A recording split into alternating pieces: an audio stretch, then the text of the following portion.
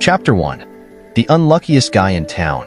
Larry Thistle is the kind of guy who makes Murphy's Law look optimistic.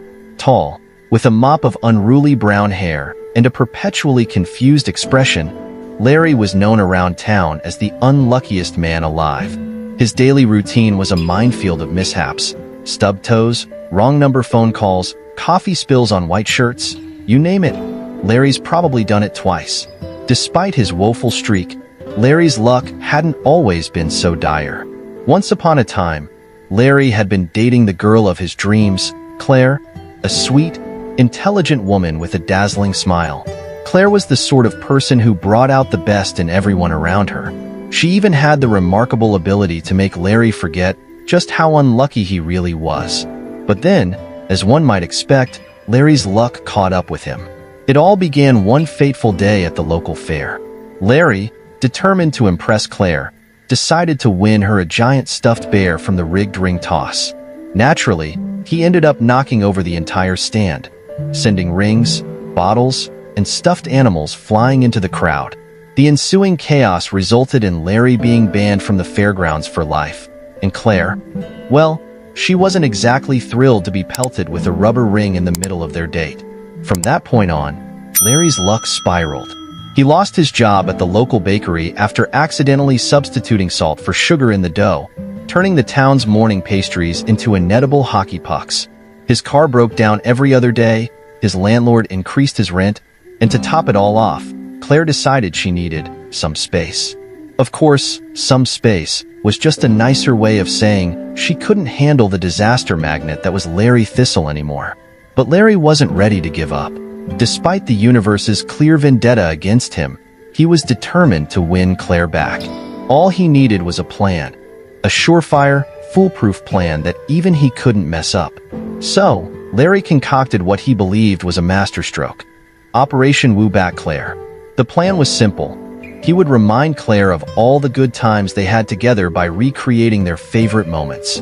What could possibly go wrong? Well, in Larry's case, everything.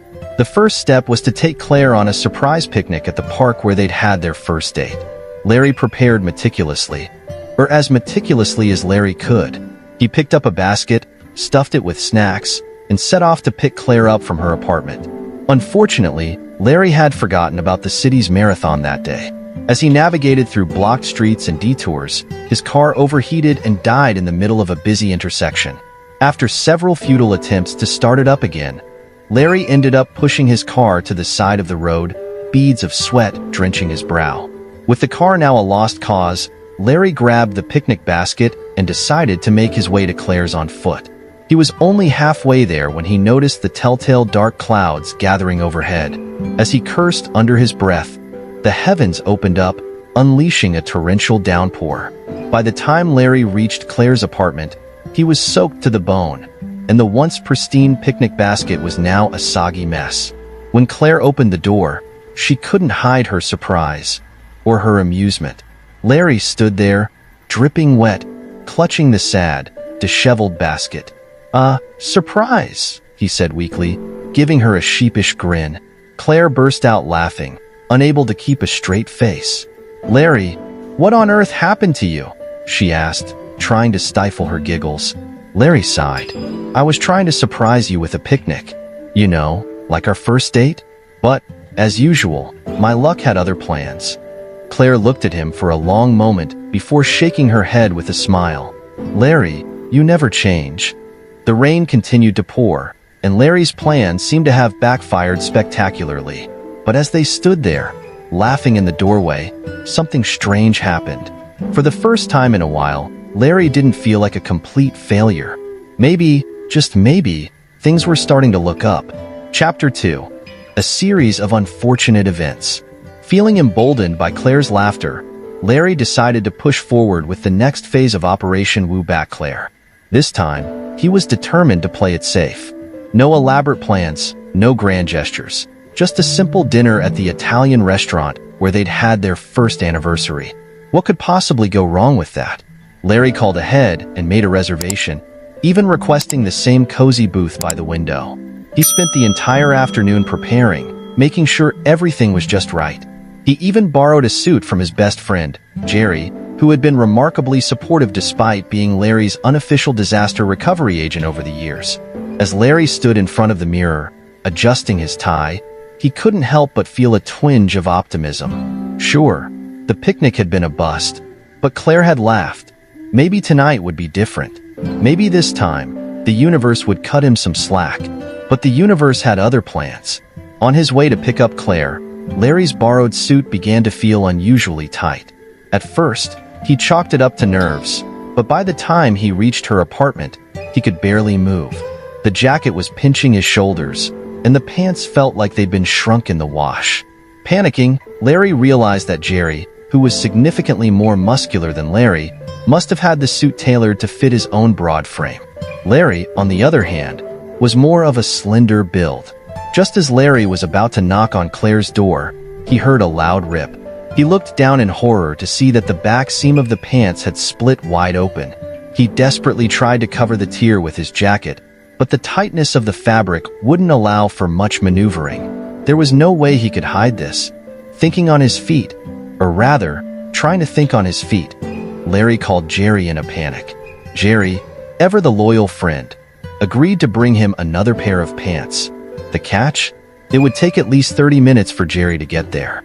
As Larry waited, he could only imagine what Claire must be thinking inside.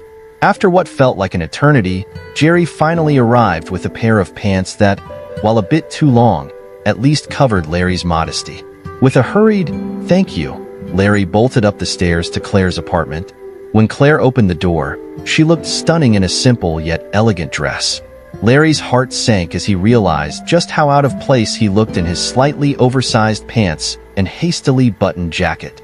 But Claire, ever the understanding one, merely smiled and linked her arm with his. "Ready?" she asked, as if nothing was wrong. The dinner itself started off surprisingly well.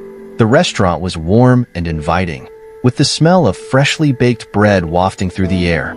The waiter seated them at their reserved booth, and Larry breathed a small sigh of relief. Maybe tonight really would be different. As they perused the menu, Larry decided to impress Claire by ordering in Italian. Unfortunately, his pronunciation was a little off. When he confidently ordered pesci, fish, he inadvertently asked for pesca, peach. The waiter gave him a puzzled look but nodded and went off to place their order. When the food arrived, Larry stared in disbelief at the plate of peaches set before him. Claire, trying her best to be supportive, stifled a laugh and politely suggested they switch meals. Larry, mortified, quickly agreed.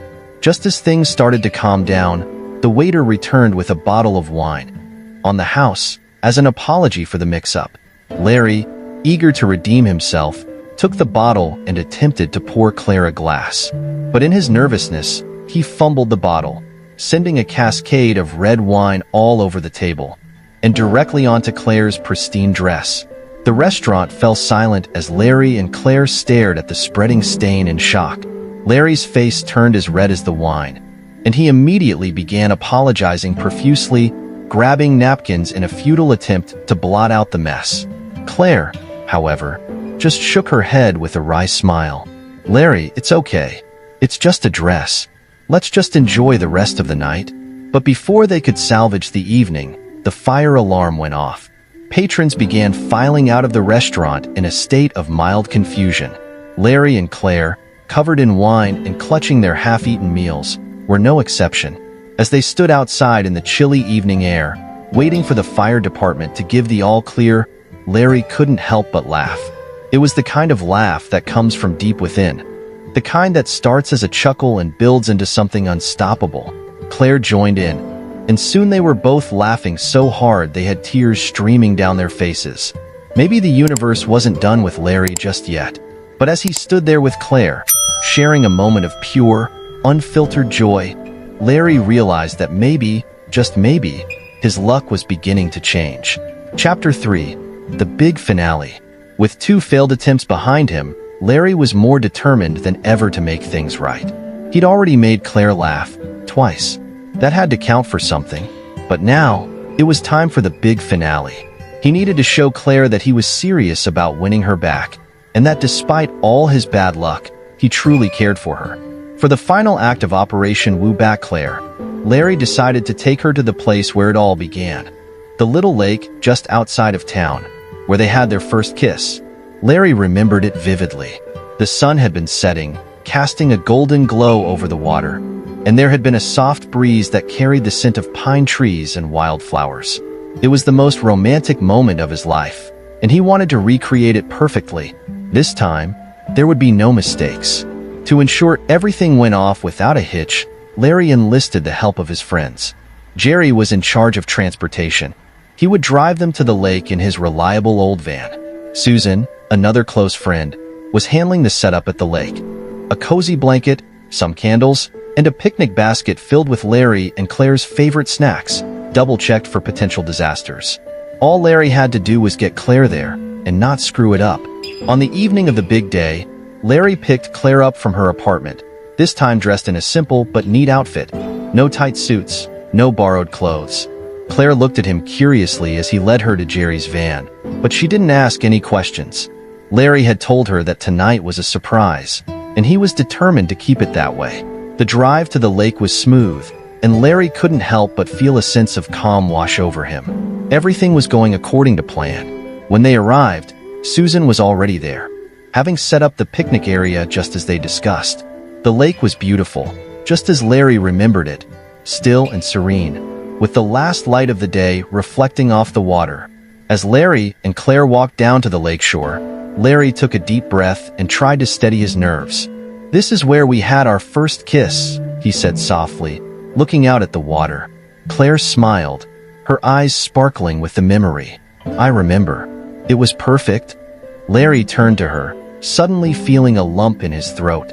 "Claire, I know I've messed up a lot, but I've been trying so hard to make things right because I don't want to lose you. You mean everything to me, and I just want to show you that I can be the guy you deserve." Claire looked at him, her expression softening. "Larry, you don't have to prove anything to me. I've always known how much you care. It's one of the things I love most about you." Larry's heart swelled at her words. Maybe, just maybe, he was finally doing something right. He reached out and took her hand, pulling her closer. "I know I can't promise that things will always go smoothly, but I can promise that I'll always try. And I'll always be there, even when things go wrong." Claire squeezed his hand. "That's all I've ever wanted, Larry." Feeling a surge of confidence, Larry leaned in for a kiss, hoping to recreate that perfect moment from years ago. But just as their lips were about to meet, a loud pop sounded from behind them, followed by a high-pitched whistling. Startled, Larry and Claire pulled back just in time to see a rogue firework shoot up into the sky, exploding in a burst of color. Larry's eyes widened in horror as he realized what had happened. Apparently, Jerry and Susan had planned a surprise fireworks display to cap off the evening, but in true Larry fashion, it had gone off prematurely. The firework had somehow ignited early, and now the entire box of fireworks was shooting off in every direction. Larry and Claire ducked as another firework zoomed past their heads, narrowly missing them. The once quiet lakeside was now a war zone of sparks and explosions. Larry grabbed Claire's hand, pulling her away from the danger as the fireworks continued to explode in a chaotic, uncoordinated fashion. They ran until they were safely out of range, collapsing onto the grass, breathless and laughing uncontrollably. The fireworks, though completely botched, were still lighting up the night sky in a wild display of color and noise. It was a far cry from the peaceful, romantic evening Larry had envisioned, but somehow, it was perfect in its own way. As they lay there, catching their breath, Claire turned to Larry with a grin. "You know, Larry, if there's one thing I've learned from all this, it's that life with you is never boring." Larry chuckled, still amazed that she hadn't run for the hills after everything that had happened. "Yeah, I guess you could say that. But seriously, Claire, I'm really sorry. I just wanted tonight to be perfect." Claire reached over and brushed a lock of hair from his forehead. "Larry, tonight was perfect, because it was real, and it was us. You don't need to try so hard to impress me. I already love you for who you are, bad luck and all." Larry's heart skipped a beat. You love me?" Claire nodded, smiling softly. "Of course I do, you big goof." Larry couldn't believe it. After everything, The failed picnic, the ruined dinner, the chaotic fireworks, Claire still loved him. Maybe luck wasn't the problem after all. Maybe he'd been lucky all along, just not in the way he expected. As they lay there under the stars, watching the last of the fireworks fizzle out, Larry felt a sense of contentment he hadn't felt in a long time. Sure, he was still the unluckiest guy in town, but maybe that wasn't such a bad thing. After all, it had brought him to this moment, right here, with the woman he loved. And that, Larry realized, was the best kind of luck there was. That's the end of the story. If you love it, kindly like, subscribe, comment where you are watching from, and join us on Telegram from link in description. See you in the next video.